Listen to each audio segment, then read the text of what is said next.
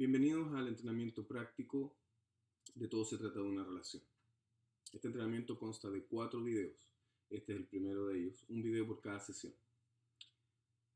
Yo normalmente escojo o invito a las personas cuando vamos a enseñar esto, normalmente lo hago en un café, en un lugar cómodo, a veces en la sala o en el living de su casa, porque de esa forma la gente se siente menos amenazada. Son lugares mucho más amigables y a quién no le gusta tomarse un café en un Starbucks o algo así. Bueno, esto comienza con una introducción al todo se trata de una relación. Y dice, vivimos en un mundo de relaciones rotas donde la mayoría de las personas usan a otros para alcanzar sus propias metas, deseos, sueños o placeres. Y cuando ya no los necesitan o encuentran algo mejor, entonces los ignoran o simplemente los abandonan. Una cosa que se van a dar cuenta y que yo voy a estar haciendo a través de todas las sesiones es que a pesar de que por muchos años he estado usando este material y la mayoría, muchas de sus partes son ya conocidas y al final uno se los comienza a memorizar. Lo bueno de una gran ventaja de todo se trata de una relación es que no tienes que memorizar nada. Tú puedes perfectamente y no causa, no tiene nada de malo el estar leyendo la presentación porque la persona que está frente a ti también tiene una copia de esto, entonces van leyendo juntos. Entonces, mientras vamos leyendo, tú no tienes que recordarte de nada, no tienes que memorizarte nada, no tienes que estudiarlo detenidamente, sino que se trata de compartirlo y a través de seguirlo paso a paso es en la forma en que la persona se va a ir abriendo hacia el conocimiento del plan de Dios. Seguimos adelante, dice, muy pocos son fieles a los compromisos que hacen con otros. El egoísmo parece ser la inspiración para la mayoría. La vida tiende a enfocarse en mí. Es bastante evidente cuando le das una mirada al mundo y a las noticias en la televisión. Encontrarás una tras otra historias que hablan de guerras, asesinatos y suicidios, infidelidades, hambre, peleas políticas, sexismo, pobreza, abuso infantil, robos, enfermedades venéreas, miseria, abuso sexual, pandillas, violencia, demandas, familias divididas, etcétera, etcétera, etcétera. Algunos dirán que la solución para estos problemas es tener más y mejores policías, políticos, prisiones, leyes, abogados, jueces, religión, programas de gobierno, psicólogos, terapias de grupo o dinero. La verdad es que el hombre tiene un problema de relación causado por un problema en el corazón. C.S. Lewis, un conocido historiador y ex agnóstico, escribió hacia el final de su vida: Dios no puede darnos gozo y paz fuera de sí mismo porque no existen. Creo que además podemos decir que no podremos encontrar amor incondicional fuera de Dios. El propósito de estas presentaciones es para tener una nueva perspectiva de nuestra condición y de la necesidad del inmenso amor de Dios por nosotros. Todas las religiones humanas nos enseñan que tenemos que merecer el amor, la aprobación y la aceptación de Dios. El Dios de la Biblia es muy diferente, no funciona así para Él y nos ofrece algo mucho mejor. Vamos a darle una mirada de más cerca con un bosquejo de estas 4 presentaciones. La primera presentación es la necesidad de una relación restaurada, el costo de una relación restaurada. La segunda presentación es la revelación de una relación restaurada, son las responsabilidades en esta relación restaurada. El tercer paso es los pasos para tener una relación restaurada y la cuarta presentación es algunos resultados únicos de una relación restaurada. Luego de hacer esta introducción es cuando comenzamos con la primera sesión, todo se trata de una relación, sesión 1. Es la necesidad de una relación restaurada y dice que abajo, restaurando nuestras relaciones a través de un pacto de paz con Dios. En el título lo dice todo, dice la necesidad de una relación restaurada. Y lo que tenemos aquí, la forma en que yo lo estoy diciendo es exactamente como lo enseñamos en forma práctica con las personas. Tenemos 2 columnas. Una columna que habla del hombre y hace ciertas descripciones del hombre en la Biblia. Y la columna al lado derecho nos muestra las descripciones que hace la Biblia acerca de Dios. Y las vamos a contrastar una con otra. La Biblia dice que del hombre que no hemos alcanzado lo ideal. No hay un solo justo, ni siquiera uno, pues todos han pecado y están privados de la gloria de Dios. Romanos 3, del 10 al 23.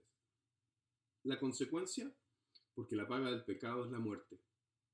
Pero dice que la Biblia dice que Dios es perfecto y santo. Santo, oh Dios, son tus caminos. ¿Qué Dios hay tan excelso como nuestro Dios? Salmo 77:13.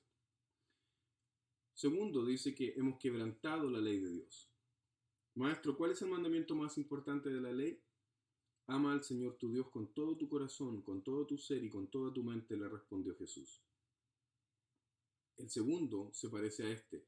Ama a tu prójimo como a ti mismo. Mateo 22, del 36 al 39. La consecuencia, obviamente nadie ha sido capaz de amar a Dios con todo su corazón, con todo su ser y con toda su mente, o a su prójimo como a sí mismo. La consecuencia es que todos los que viven por las obras que demanda la ley están bajo la maldición. Estamos bajo maldición porque no hemos cumplido la ley. Ahora Dios es el dador de la ley. No hay más que un solo legislador y juez. Santiago 4:12. Nosotros hemos quebrantado la ley, Dios es el dador de la ley. Siempre yo voy haciendo énfasis en cada punto, cosa que la persona vaya comprendiendo de qué se trata, cuál es nuestra posición de acuerdo a lo que la Biblia dice y cuál es la descripción de Dios. La tercera descripción del hombre dice que estamos muertos espiritualmente. En otro tiempo ustedes estaban muertos en sus transgresiones y pecados. Efesios 2:1. La consecuencia, pero ellos tendrán que rendirle cuentas a aquel que está preparado para juzgar a los vivos y a los muertos. 1 Pedro 4:5. Pero Jesús es la fuente de vida. Ciertamente les aseguro que el que oye mi palabra y cree al que me envió, tiene vida eterna y no será juzgado, sino que ha pasado de la muerte a la vida. Juan 5:24. Nosotros estamos muertos espiritualmente, Jesús es la fuente de vida. Estamos separados de Dios. Obviamente hay una tremenda diferencia. El cuarto punto es que nosotros estamos ciegos. El Dios de este mundo ha cegado la mente de estos incrédulos para que no vean la luz del glorioso Evangelio de Cristo, 2 Corintios 4:4. La consecuencia está en la oscuridad y en ella vive y no sabe a dónde va porque la oscuridad no lo deja ver. 1 Juan 2:11. Sin embargo, Jesús es la luz. En Juan 8:12 Jesús dijo, yo soy la luz del mundo. Nosotros estamos ciegos, no podemos ver a dónde vamos porque vivimos en oscuridad. Jesús es la luz, estamos separados de Dios.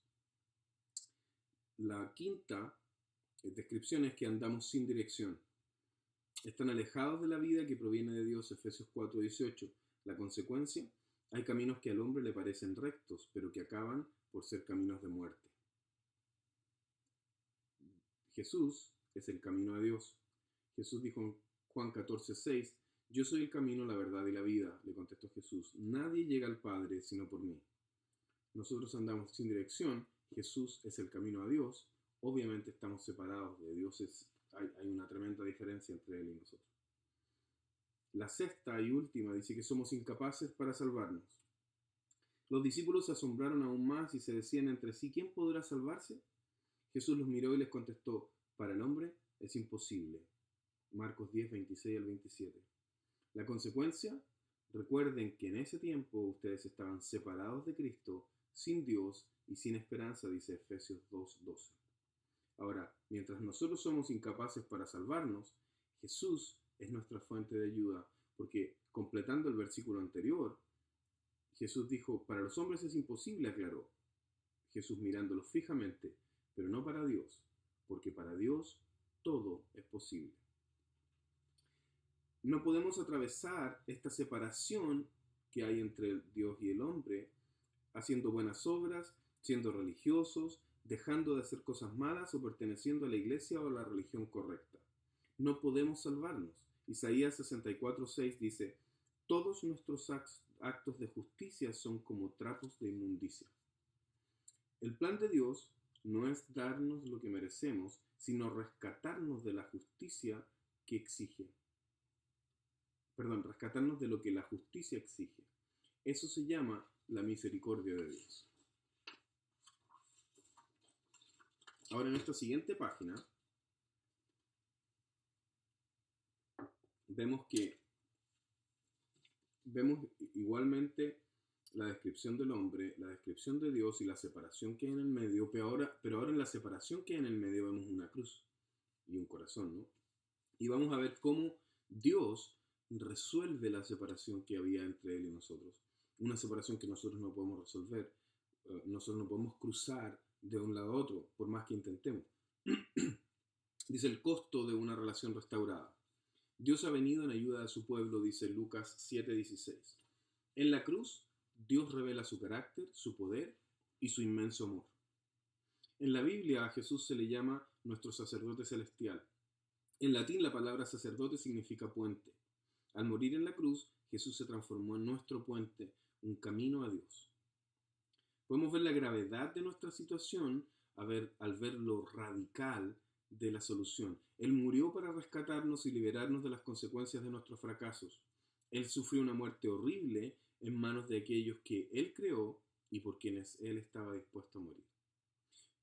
En 1 Timoteo 2:4-6 dice, pues Él quiere que todos sean salvos y lleguen a conocer la verdad de Dios, porque hay un solo Dios y un solo mediador entre Dios y los hombres, Jesucristo hombre, quien dio su vida como rescate por todos.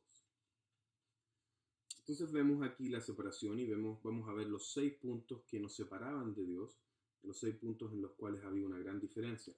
El primero de ellos es que no hemos alcanzado lo ideal, la consecuencia es la muerte, ¿cierto? Pero Dios es perfecto y santo, Él es la vida.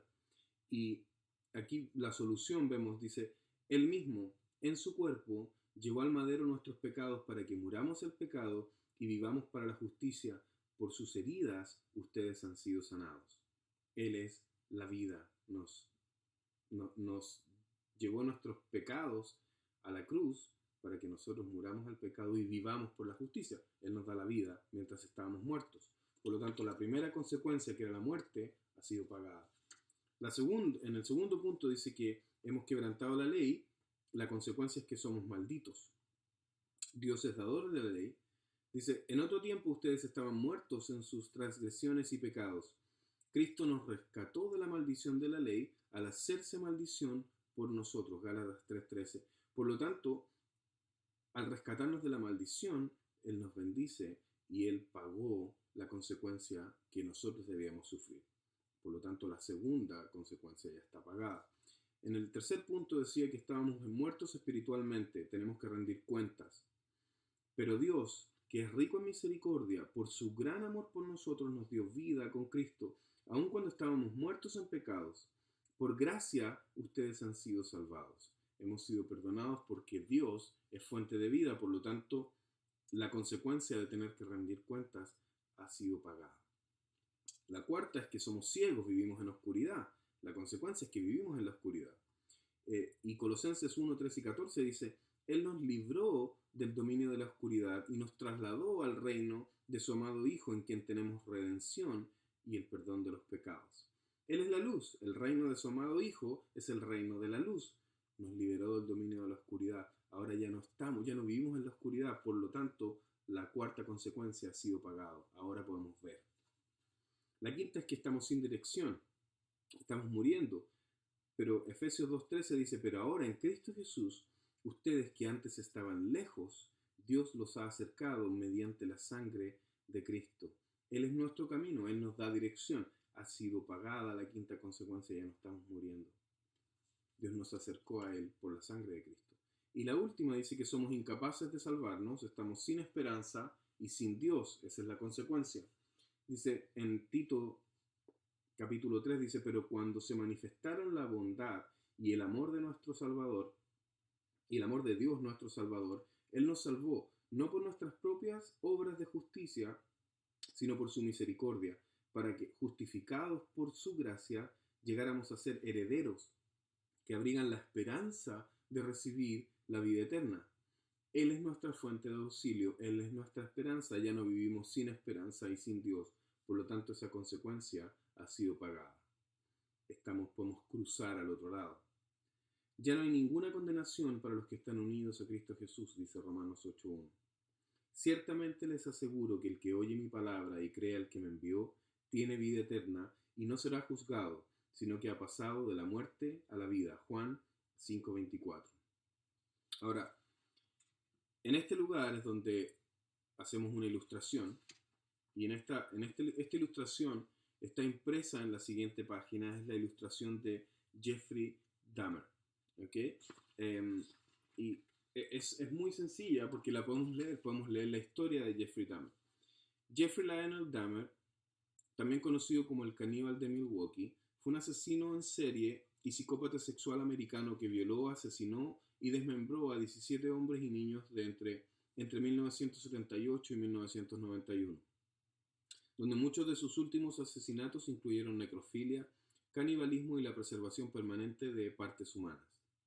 Acerca de sus primeros años de vida, Dahmer los calificó de mucha tensión entre sus padres, a quienes veía constantemente discutiendo entre ellos. En la escuela era considerado como un niño tímido y callado. Una profesora de primer grado escribió en su reporte que ella creía que el niño estaba descuidado por sus padres. A pesar de ser considerado como el niño callado por sus padres, Dahmer tenía un pequeño grupo de amigos. Desde muy temprana edad, Dahmer manifestó interés especial por los animales. Sus amigos cuentan que inicialmente coleccionaba insectos grandes y mariposas, las cuales colocaba en jarros. Más tarde, acompañado por algunos de sus amigos, salía a recoger cadáveres de animales a la orilla del camino para luego desmembrarlos en casa y guardarlos en jarras. Él decía que le parecía interesante la forma en que cada animal y sus partes estaban compuestos. En una oportunidad clavó la cabeza de un perro en una vara de madera en el patio de su casa. Al parecer su fascinación con animales muertos comenzó cuando tenía 4 años y vio cómo su padre sacaba huesos de animales desde debajo de la casa. De acuerdo a Lionel Dahmer, su hijo estaba emocionadísimo con el sonido que hacían los huesos. Desde su primer año en la high school, Dahmer fue visto como aislado y con muy pocos amigos. Muchos de sus compañeros cuentan que les perturbaba el hecho de que él era conocido por beber alcohol en la escuela, los cuales entraba escondidos en su chaqueta del ejército. Este abuso del alcohol ocurría antes de ingresar, durante y después de clases, y fue descubierto cuando tenía 14 años. Él decía que era su medicina. Cuando alcanzó la pubertad, Dahmer se consideró homosexual. No dijo nada a sus padres, pero en sus primeros años de adolescencia tuvo una breve relación con otro joven, a pesar de que la pareja nunca tuvo sexo. Él mismo admitió que tenía constantes fantasías sexuales donde controlaba y dominaba a una pareja completamente sometida. Estos pensamientos comenzaron a mezclarse gradualmente con la disección de animales. En una ocasión, cuando Dahmer tenía 16 años, concibió la fantasía de golpear y usar sexualmente el cuerpo inconsciente de un joven que encontraba muy atractivo, el cual solía correr. Para dejarlo inconsciente, Dahmer se escondió en unos matorrales en la ruta por donde el joven corría. Lo esperó con un bate de béisbol en la mano. Ese día el joven no pasó por ahí y Dahmer nunca más intentó este plan. Luego diría que esa era la primera vez que intentó atacar a alguien. Dahmer cometió su primer homicidio en el verano de 1978, cuando tenía 18 años y solo 3 semanas después de su graduación. En ese tiempo estaba viviendo solo en la casa de la familia debido al reciente divorcio de sus padres, y su papá estaba viviendo temporalmente en un motel cercano y su madre se había mudado a Chippewa Falls, Wisconsin, con su hermano menor. En junio 18, Dahmer recogió en el camino a un joven de 18 años llamado Stephen Mark Hicks. Dahmer lo sedujo para ir a su casa con el pretexto de beber alcohol juntos. El joven, que iba de camino a un concierto de rock en Lockwood Corners, acordó acompañar a Dahmer a su casa. De acuerdo con su declaración, después de varias horas de beber y escuchar música, el joven informó a Dahmer que quería irse. En respuesta, Dahmer lo golpeó 2 veces en la cabeza con una pesa de 5 kilos. Cuando el joven cayó inconsciente, lo estranguló con la barra de la pesa para luego desnudarlo y masturbarse sobre el cuerpo sin vida.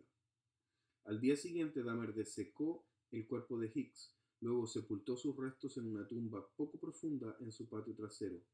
Varias semanas después desenterró el cuerpo y separó toda la carne de los huesos, la disolvió en ácido y la tiró al inodoro, mientras que los huesos los molió con un martillo. 9 años después volvería a matar y no se detendría hasta el día de su arresto, el 22 de julio de 1991. Cuando la policía descubrió la cabeza de un hombre afroamericano dentro de su refrigerador, Dahmer le dijo a los oficiales: "Por lo que he hecho, merezco morir". Fue sentenciado a 16 cadenas perpetuas por 15 homicidios cometidos en Wisconsin y uno en Ohio.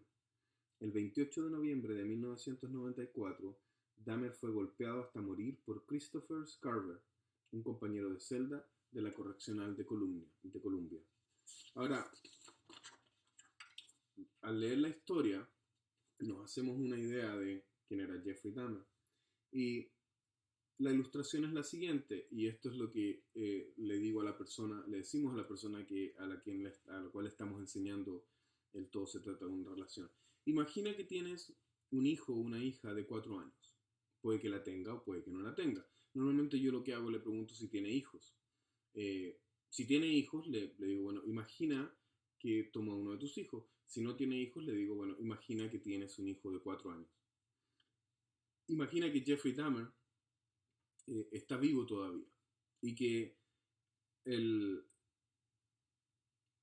la ley, el juez ha decidido darle una segunda oportunidad a Dahmer, porque en realidad la sociedad considera que Jeffrey Dahmer no tuvo una buena crianza, no tuvo un buen crecimiento. En realidad es el resultado de una sociedad torcida y corrompida, y que queremos darle una nueva oportunidad, y en realidad estamos todos de acuerdo en que el hombre merece una nueva oportunidad. Para darle esta nueva oportunidad, lo vamos a sacar de la cárcel, le vamos a dar una libertad condicional, le vamos a regalar los estudios para poder estudiar gratuitamente, le vamos a dar un lugar donde vivir, le vamos a dar ropa, le vamos a dar todas las oportunidades que no tuvo cuando era más joven. Es un asunto de misericordia. Pero para que eso ocurra, para que este hombre tenga una nueva oportunidad en la vida, para que pueda comenzar completamente de nuevo, para que nada de lo que hay en su pasado le afecte completamente en este nuevo futuro, para poder salir de la cárcel, alguien tiene que pagar por los crímenes que él cometió, porque la ley dice que alguien tiene que pagar. La ley exige el pago de estos crímenes.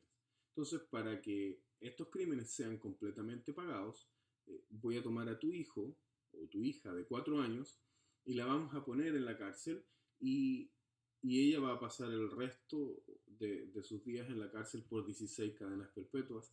Y eh, si tiene que ser ejecutado por una condena a la muerte, entonces va a tomar el lugar de Jeffrey Dahmer para que Jeffrey Dahmer pueda ser el libre. Entonces, cuando terminamos de hacer esta ilustración, le pregunto a la persona, ¿qué te parece la idea? Yo lo único que necesito para que esta persona salga libre es que tú pongas tu firma aquí, entregando a tu hijo, para que él tenga una segunda oportunidad en la vida. ¿Qué te parece? La mayoría de las personas dicen que no. Hasta ahora no me ha tocado alguien que diga que sí, a pesar de que algunas personas dicen sí, bueno, es una buena idea, es una buena oportunidad, creo que el hombre podría pasar algo diferente en su vida, pero de todas maneras no voy a entregar a mi hijo. Y en realidad esta ilustración refleja exactamente lo que Dios hizo con nosotros. Y ese es el énfasis que hacemos luego de la ilustración. Dios nos da una nueva oportunidad en la vida para comenzar completamente de nuevo, sin considerar nuestro pasado, sin considerar ninguna de las cosas que hemos hecho hasta el día en que entregamos nuestra vida a Jesucristo, porque Él entregó a su Hijo para que muriera por nuestros pecados, para pagar el precio por los crímenes que nosotros hemos cometido, para pagar el precio por los pecados que nosotros hemos cometido, porque la ley exige que por esos pecados alguien tiene que morir. Y para que nosotros no muramos y nosotros tengamos una vida nueva, entonces Dios entregó a su Hijo. Para que puedan comprender, en Efesios 3, 18, 19 dice, para que puedan comprender junto con todos los santos cuán ancho y largo, alto y profundo es el amor de Cristo. En fin, que conozcan ese amor que sobrepasa nuestro conocimiento, para que sean llenos de la plenitud de Dios. Somos tan importantes para Dios como para hacer esto. Todo se trata de una relación y de amor. Max Lucado dijo, el hallazgo del tesoro de la misericordia hace que el mendigo más pobre se convierta en príncipe. No encontrar este regalo convierte al más rico en un miserable. Con eso terminamos la primera sesión de Todo se trata de una relación. Nos ponemos de acuerdo con la persona para la siguiente semana, en general para una semana más, para saber, para ir a la sesión número 2, juntarnos en un café o juntarnos en su casa, como sea. Eh, Le pregunto a la persona si tiene alguna pregunta. Eh, eh, Él se queda o ella se queda con una copia de la primera sesión. Yo normalmente entrego una copia por sesión, es decir, no entrego el todo se trata de una relación completo, porque la gente se adelanta y empieza a leer un poco más. Eh, Le voy entregando sesión por sesión para que lo pueda revisar, para que revise los versículos, para que lo pueda releer y le damos la oportunidad de que esa forma el Espíritu Santo le ministre y pueda ir comprendiendo un poco más. Luego le digo si tiene alguna pregunta y con eso terminamos. En general, no oro con las personas. Yo puedo orar por ellos en mi casa o en la privacidad de mi oración. En general, cuando hablamos con no creyentes, con personas que no tienen, no están asociados a ninguna religión o a ninguna iglesia, lo cual ocurre mucho en el área donde yo vivo, la gente se siente amenazada cuando uno dice, bueno, podemos orar por ti. En general trato de ser lo menos religioso posible. Cuando la gente dice, oye, pero esto, yo no me gusta hablar de religión, yo siempre digo, bueno, a mí tampoco me gusta hablar de religión, yo prefiero hablar de Dios. Eh, Trato de hacerlo, como les digo, lo menos religioso posible. No llevo una Biblia conmigo, en general tengo la Biblia en mi teléfono, y no oro por ellos ni antes ni después. No oro con ellos. Por supuesto que oro por ellos constantemente, antes y durante y después que he terminado de hacer el todo, se trata de una relación, pero no en el momento que estoy con ellos, porque de esa forma ellos lo ven un poco más amigable. Ahora, si la persona pregunta y dice, oye, ¿puedo orar? ¿Puedes por favor orar por mí? O sabes que tengo una necesidad de oración, por supuesto no nos vamos a negar, pero, pero trato de no hacerlo, trato de hacerlo menos, a menos que lo pidan, trato de no hacerlo y de hacer estas sesiones lo menos religioso posible. Bueno, nos vemos en el siguiente video para la sesión número 2 de Todo se trata de una religión.